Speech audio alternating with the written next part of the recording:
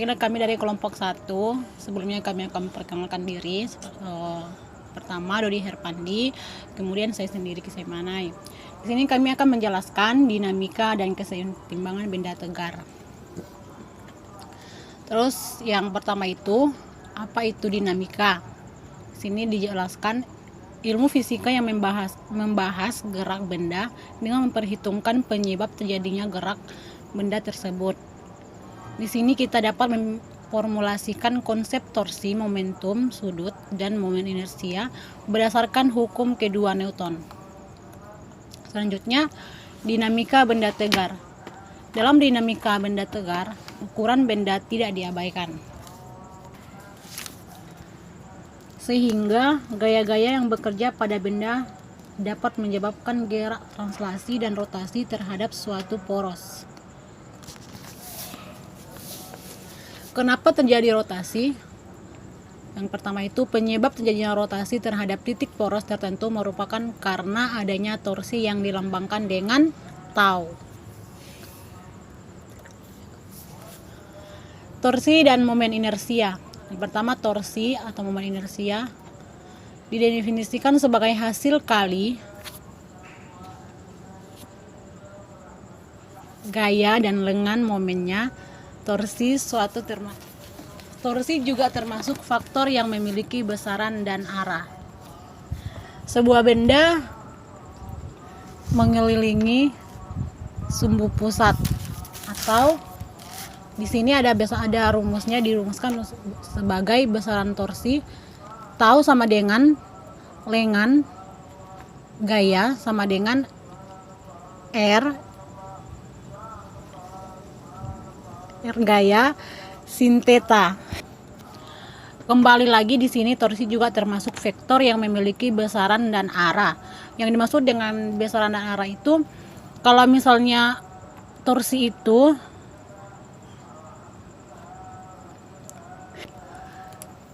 besaran dan arah berlawanan dengan jarum jam, berarti arahnya positif. Dan juga sebaliknya, kalau misalnya dia torsi searah dengan jarum jam, berarti hasilnya negatif. Ya. Apa itu momen inersia? Momen inersia merupakan pola distribusi suatu benda yang berotasi terhadap sumbu putarnya. Momen inersia dari sebuah partikel bermassa M didefinisikan dari hasil kali massa partikel dengan kuadrat jarak tegak lurus partikel dari titik poros R kuadrat.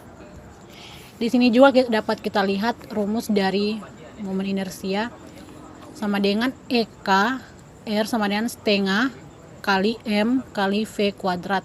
Ini persamaan pertama, dan kemudian persamaan kedua, EK R sama dengan setengah kali M kali R omega kuadrat. Selanjutnya EK R sama dengan setengah kali MR kuadrat kali omega kuadrat.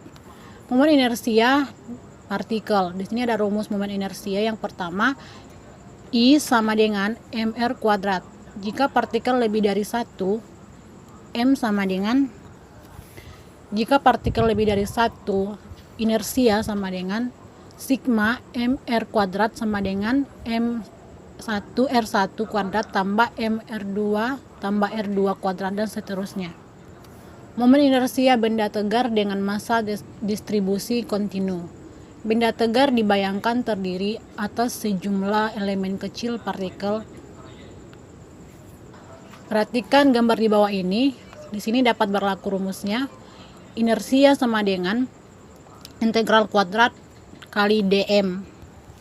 Selanjutnya, momen inersia benda pejal. Perhatikan gambar di bawah ini, kita dapat melihat gambarnya. Di sini massa batang M yang terdistribusi homogen sepanjang L tidak bisa dianggap sebagai benda titik atau partikel. Agar bisa dianggap partikel, maka harus bagi-bagi dengan panjang sama kecil dr yang memiliki massa dm. Suatu massa dm yang berjarak tetap R dari poros partikel, dm akan menghasilkan inersia dl terhadap poros melalui P dan memenuhi persamaan dl sama dengan R kuadrat dm. Baik, saya akan melanjutkan penjelasan dari Kisei. Torsi dan percepatan sudut. kita tahu bahwa F menyebabkan suatu benda bergerak translasi dengan percepatan linear A. Dan kita tahu juga bahwa torsi menyebabkan suatu benda berotasi terhadap suatu poros. Maka di sini berlaku hukum Newton 2. Hukum 2 Newton untuk rotasi. Tau sama dengan I alfa sama dengan I A T per R. Di mana I itu adalah momen inersia dan alfa percepatan sudut dan tau adalah torsi dan R jarak titik ke poros. Kita lanjut lagi hukum kekekalan momentum sudut. Momentum sudut. Pada gerak rotasi yang analog dengan momentum linear adalah momentum sudut. Rumus dasar L sama dengan I omega, di mana I sama dengan mr kuadrat dan W sama dengan V per R. L sama dengan I omega sama dengan mr kuadrat dikali V per R. Keseimbangan benda tegar. Keseimbangan benda tegar adalah benda yang tegar yang seterusnya diam dan tidak bergerak translasi atau sigma F sama dengan 0. Itu adalah hukum Newton pertama. Dan titik bergerak dan tidak bergerak rotasi atau sigma tau sama dengan 0. Keseimbangan statis. Dalam sistem partikel, benda dianggap sebagai suatu titik materi. Semua gaya yang bekerja dianggap bekerja pada titik materi tersebut, sehingga yang bekerja pada partikel hanya menyebabkan gerak translasi tanpa melakukan rotasi. Apa syarat-syarat keseimbangan benda tegar? Pertama itu resultan gaya harus 0. Berarti tidak ada gaya yang bekerja. Kedua, resultan teori harus 0. Titik berat. Resultan ini bekerja melalui suatu titik tunggal, yakni titik berat atau pusat gravitasi. Perhatikan gambar di bawah ini. Ada tanda panah yang mengarah ke bawah. Itu adalah titik berat dari sebuah partikel. Jenis-jenis keseimbangan.